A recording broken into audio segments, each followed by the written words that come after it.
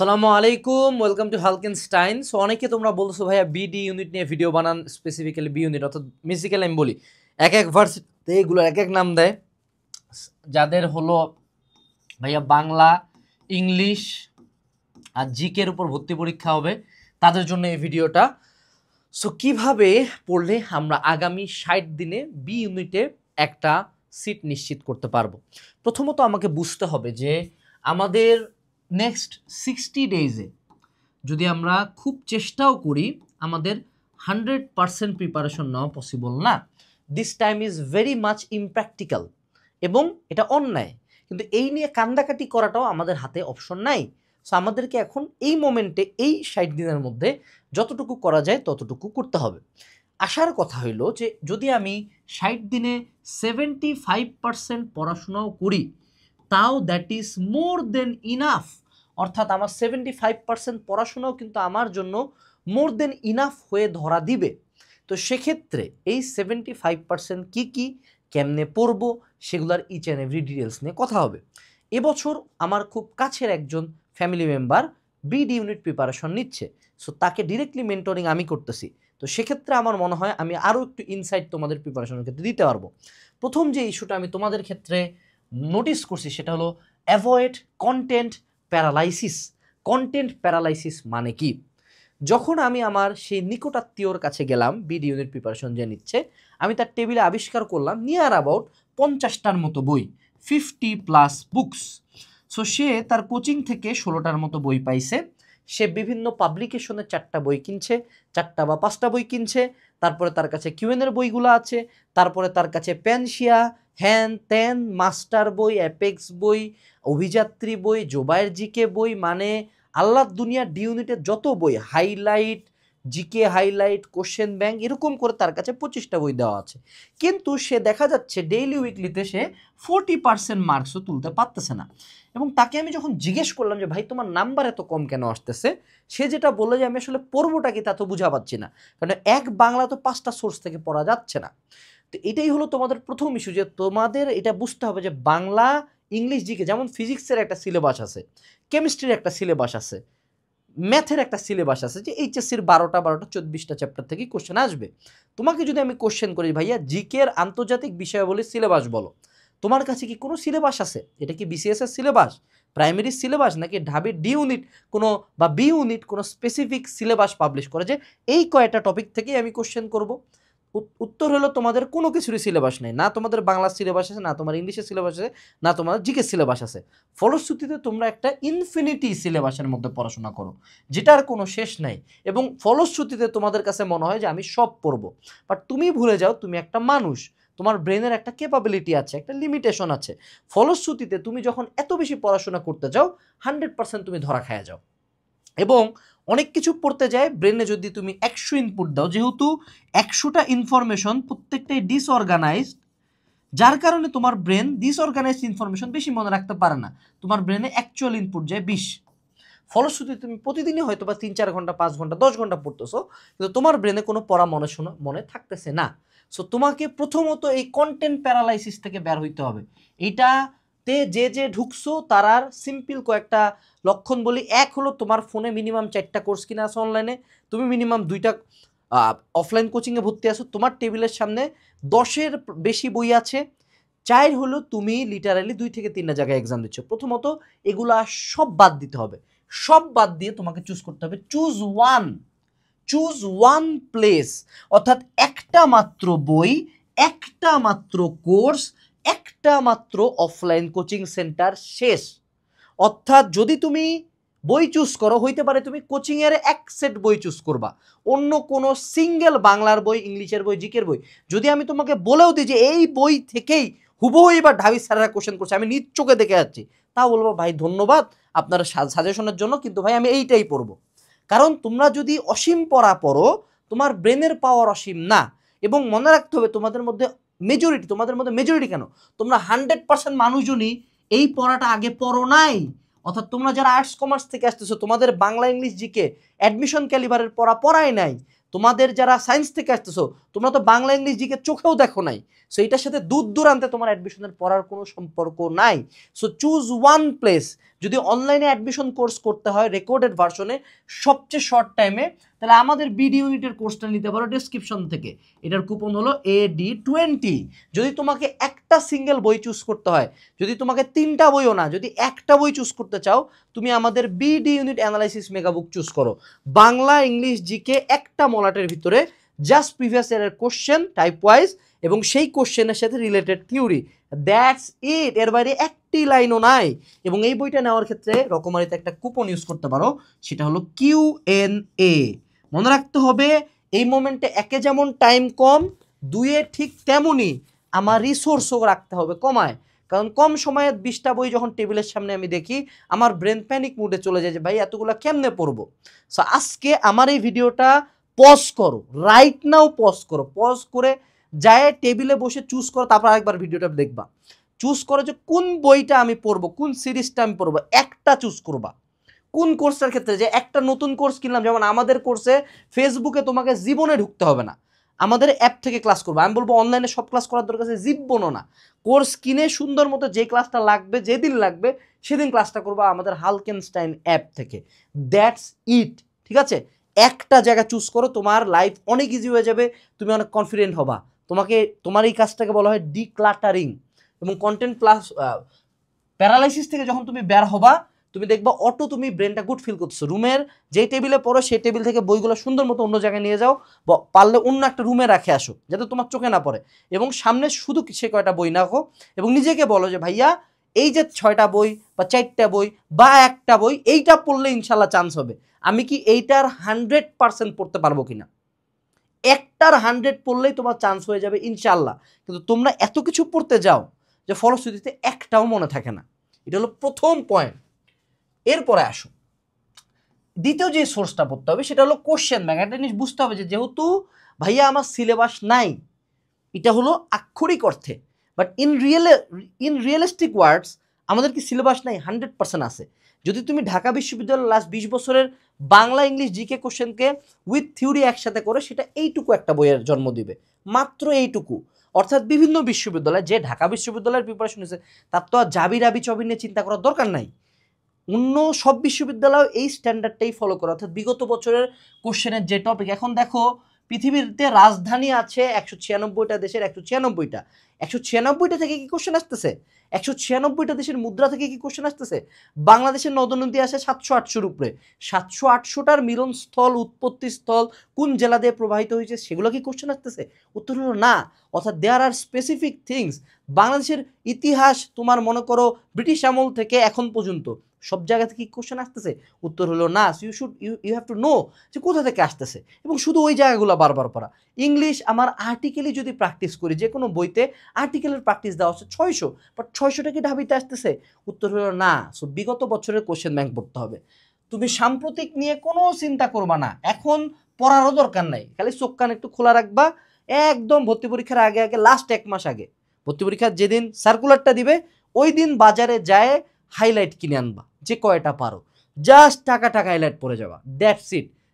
সাম্প্রতিক GK cover পারলে highlight তুমি বাংলা ইংলিশেরও পড়তে পারো, এগুলা থেকে যে কমন আসে না এরকম না, কমন আসে। যেমন আমাদের এই বাংলা দ্বিতীয় পত্র বই, বাংলা দ্বিতীয় পত্র কোর্স থেকেই লাস্ট ইয়ার মেবি 78 থেকে 82% কমন ছিল ডিরেক্টলি। তুমি আমাদের লাস্ট ইয়ার লাইভ দেখলেও মিলাইতে আরো বসে বসে, ওখানে ড্রাইভের লিঙ্ক দেওয়া আছে বসে বসে, হ্যাঁ। সো এই জিনিসটা কাজ করে কিন্তু। এরপরে আসো যে আমরা এখন পড়াশোনার ওভারঅল আলোচনায় আছি। এখন আমরা 2টা ফেজ ভাগ করি।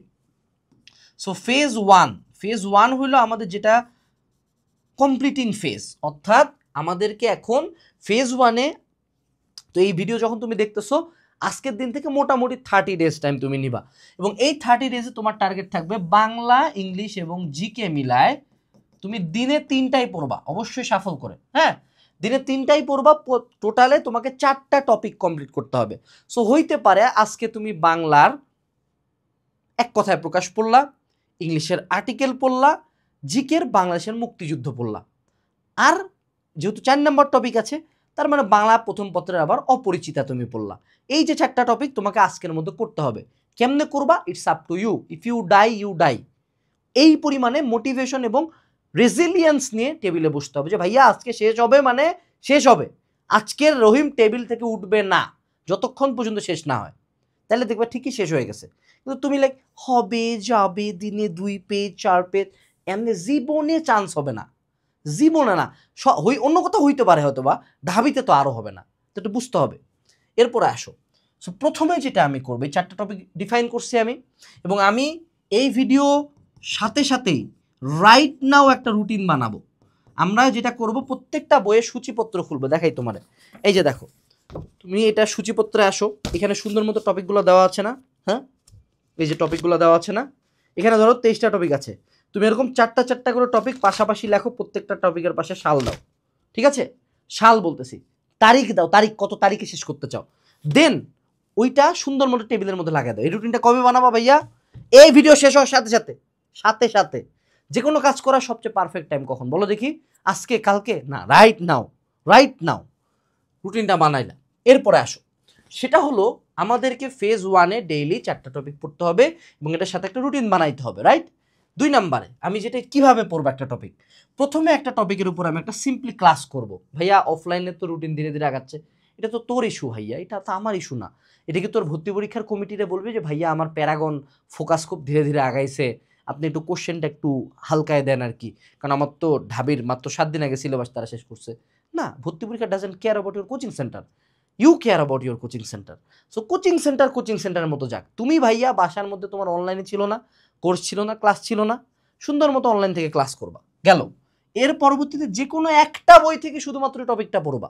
এখানে পার্সোনাল সাজেশন হলো কোনো টপিকের আন্ডারে যদি বেশি কোশ্চেন থাকে, সেটা হচ্ছে 100 200 300 কোশ্চেন দিয়ে রাখছে, শুধুমাত্র ওখান থেকে প্রথম 50 কোশ্চেন্স পড়বা এবং রিসেন্ট ইয়ারের কোশ্চেনগুলো পড়বা, দ্যাটস ইট, টপিক ক্লোজ। এরপরে আমরা পড়বো হলো কোশ্চেন ব্যাংক। কোশ্চেন ব্যাংক এখন 2 টাইপের হয়, টপিক ওয়াইজ কোশ্চেন ব্যাংক হইতে পারে, যেমন আমাদের QnA BD unit analysis megabook, আবার অনেক ক্ষেত্রে সাল ওয়াইজ হইতে পারে, ডাজেন্ট ম্যাটার। তোমাকে কোশ্চেন ব্যাংক প্রতিদিন একটা সাল করে পড়ো, আর যদি সাল ওয়াইজ না হয় টপিক ওয়াইজ আরও ভালো, এই যে 4টা টপিকের কোশ্চেন ব্যাংক করো। অনেক ক্ষেত্রে এই যে তোমার বই থেকে থিওরিগুলো পড়তেছো তার সাথে যে কোশ্চেনগুলো, এগুলোই কোশ্চেন ব্যাংকের কাম করে দিচ্ছে, আরও ইজি হয়ে যাবে। এরপরে কি করবো ভাইয়া, যেহেতু তুমি মানুষ, তোমার মুখস্থ এই টপিকগুলো বেশি দিন থাকবে না, সেহেতু এটার উপর একটা এক্সাম দিতে হবে। সো অনলাইনে আমাদের কোর্সে এখানে দেখবে সুন্দর মতো আরও এক্সাম দেওয়া আছে। হ্যাঁ, সো সুন্দর মতো তুমি একটা এক্সাম দিয়ে দিলে ওই টপিকের উপর, টপিক ক্লোজড। আর কোনোদিনই টপিক নিয়ে চিন্তা করতে হবে না, পিছন ফিরে তাকানো যাবে না, জি নিয়ে এইটা তো মনে নাই, কেন পিছন ফিরে তাকানো যাবে না, একটা জিনিস বুঝতে হবে, সেটা হলো you will remember more subconsciously. বলো দেখে আমাদের এই যে আমি যে তোমার সাথে কথা বলতেছি, আমি কখন ক্যামেরার দিকে তাকাচ্ছি, আমার হাত কেমনি মুভমেন্ট করবে, আমি যে নিঃশ্বাস নিচ্ছি, আমার যে ব্লাড সার্কুলেশন হচ্ছে, আমার যে হার্ট পাম্প হচ্ছে, আমার যে চোখের পাপড়ি বন্ধ হচ্ছে, এই যে যতগুলা কাজ বললাম একমাত্র কথা বলা বাদে, every single thing was subconsciously control by my brain. অর্থাৎ তোমার রেগুলার অ্যাক্টিভিটিসের 90% সাবকনশিয়াস ব্রেন কন্ট্রোল করে। সো তোমার অনেক টপিক পড়ার পরে মনে হতে পারে যে ভাইয়া কিছুই খেয়াল নাই, কচুও খেয়াল নাই আমার, তাইলে ভাইয়া কি করব? কিছু না, তোমার ব্রেনে সাবকনশিয়াস মাইন্ডে অনেক কিছু অ্যাড হয়ে গেছে, যেটা তুমি পরীক্ষার হলে যখন খাতা দেখবে দেখে মনে হয় তো এটা হচ্ছে, এটা সম্ভবত হয়, ওই যে ওই সম্ভবত যেটা আসছে এটা তোমার সাবকনশিয়াস মাইন্ডে ছিল, ওইটা বের হয়ে আসছে পরীক্ষার হলে। ঠিক আছে, এরপরে আসো, সেটা হলো ফেজ 2। ফেজ 2 এর মূল কাজ হলো ভাইয়া, এটা হলো প্র্যাকটিস ফেজ। এবং ফেজ 1-এ একটা কাজ করবা, তুমি যখন বাংলা ইংলিশ জিকে পড়তে যাবা, বেশ কিছু টপিক, বেশ কিছু লাইন, বেশ কিছু উদাহরণ, পার্থক্য, ব্যাখ্যা, এনিথিং কঠিন লাগতে পারে, সেটাকে অবশ্যই মার্ক করবা, মার্ক দেব, প্রপারলি মার্ক করে ফেলো। ফেজ 2-তে আমরা শুধুমাত্র মার্ক করা টপিকগুলো পড়বো। 2 নাম্বার আমরা অবশ্যই অফলাইনে মডেল টেস্ট দিব, পারলে এখনই ডেইলি মডেল টেস্ট দাও। এক্সাম দিয়ে নাম্বার কম পাইলেও সমস্যা নেই, এক্সাম দিয়ে তুমি ভুলগুলা দেখতেছো কিনা এইটা ম্যান্ডেটরি। তোমরা অনেকে পরীক্ষায় 40 পাইছো এই ভয়তে খারাপ দেখো না, আরে ভাই তুমি উদ্ভাসে 40 পাইছো, ডাজেন্ট ম্যাটার। তো এটা দিয়ে কি হয়, কেউ কি উদ্ভাসের রেজাল্ট দেখবে তোমার, দেখবে তুমি ঢাবিতে চান্স পাইছো কিনা, দ্যাটস ইট। সো রেজাল্টটা সুন্দর মতো দেখো যে কি ভুল গেল। এরপরে আসো, ওই টাইমটা তো অবশ্যই অপশনালে ফাইনাল মডেল টেস্ট দিতে হবে, এবং আমরা তোমাদের ওই টাইমে দেখবা সানরাইজ থেকে মডেল টেস্ট নিয়ে আসবো ইনশাআল্লাহ। ঠিক আছে, এরপরে আসো, সেটা হলো কোশ্চেন ব্যাংক অ্যান্ড হাইলাইট। ওই টাইমটাতে আরও বেশি কোশ্চেন ব্যাংক পড়তে হবে, কারণ গাইড পড়া আমার আগে পড়া শেষ। সো সেই সময় তুমি পারলে ঢাবি, জাবি, যেখানে যেখানে এক্সাম দিবা, রাবি, চবি, মেইনগুলো তো আমি বললাম, বাকি অসংখ্য জায়গা আছে, সবগুলোতে অবশ্যই এক্সাম তুমি দিবা নিঃসন্দেহে, এবং কোশ্চেন ব্যাংক পড়বা এবং অবশ্যই হাইলাইট পড়বা। অসংখ্য হাইলাইটস তখন বের হয়, অ্যাটলিস্ট জোবায়ের সিরিজের বা বাকি যেগুলো সিরিজের, জর্জ সিরিজের, আরও অনেক সিরিজের হাইলাইট আছে, অ্যাটলিস্ট 2টা সিরিজের হাইলাইট তুমি ওই সময়টাতে পড়ে ফেলবা, ঠিক আছে? 2টা সিরিজের, অন্য ওই বড় বইয়ে আর একবার দেখার দরকার নেই। এবং ওই যে যেগুলো মার্ক করছিলাম সে টপিকগুলো পড়ে ফেলবো, তাইলে আমার ফেজ 2 শেষ। ফেজ 2 প্রতিদিনের রুটিন হবে মার্ক করা টপিক পড়া, ওই যে টপিকগুলো যে আমি পড়ছি ওগুলারই মার্ক করা জিনিসগুলো পড়ে প্রতিদিন মডেল টেস্ট দেওয়া, এবং মডেল টেস্ট দেওয়ার পরে কী নিয়ে কাজ করা, মার্ক নিয়ে, কত পাইছি এটা নিয়ে না, কি কি ভুল করছি ভাইয়া সেটা নিয়ে কাজ করা, যাতে ঢাবিতে ওই জিনিসটা যদি আসে তাহলে আমার হয়ে গেল।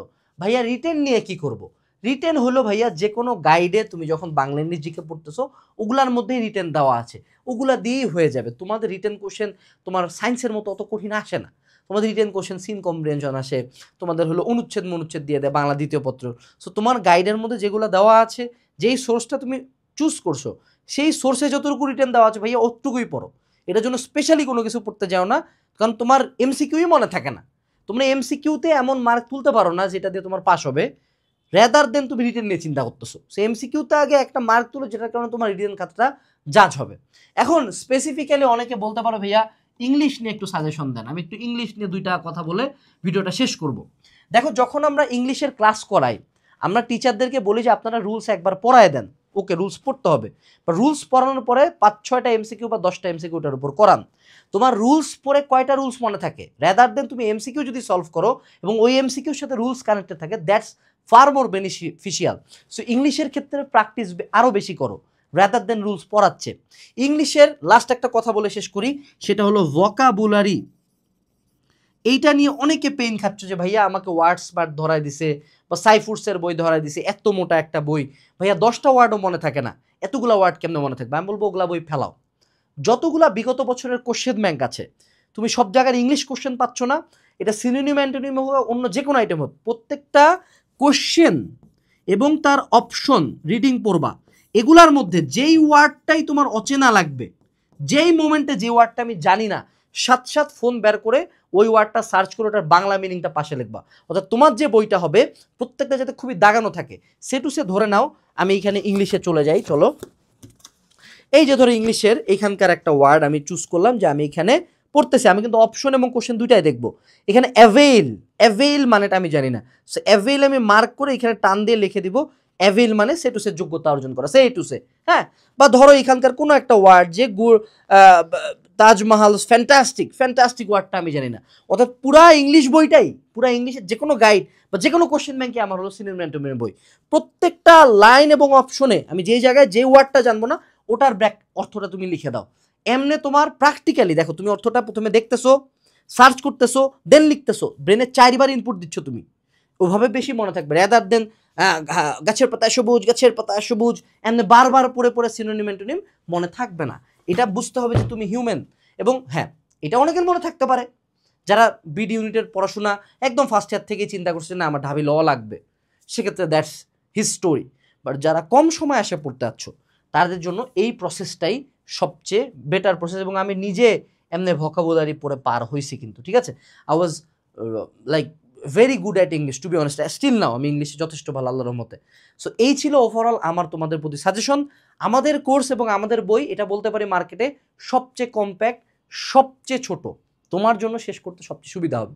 সো যারা লাস্টের দিকে ইয়ানাফসি করে দৌড়াচ্ছ তারা ভিডিওর ডেসক্রিপশন বক্স থেকে আমাদের কোর্সগুলো চেক আউট করতে পারো। এটুকু ছিল আজকের ভিডিওতে। আসসালামু আলাইকুম, টাটা।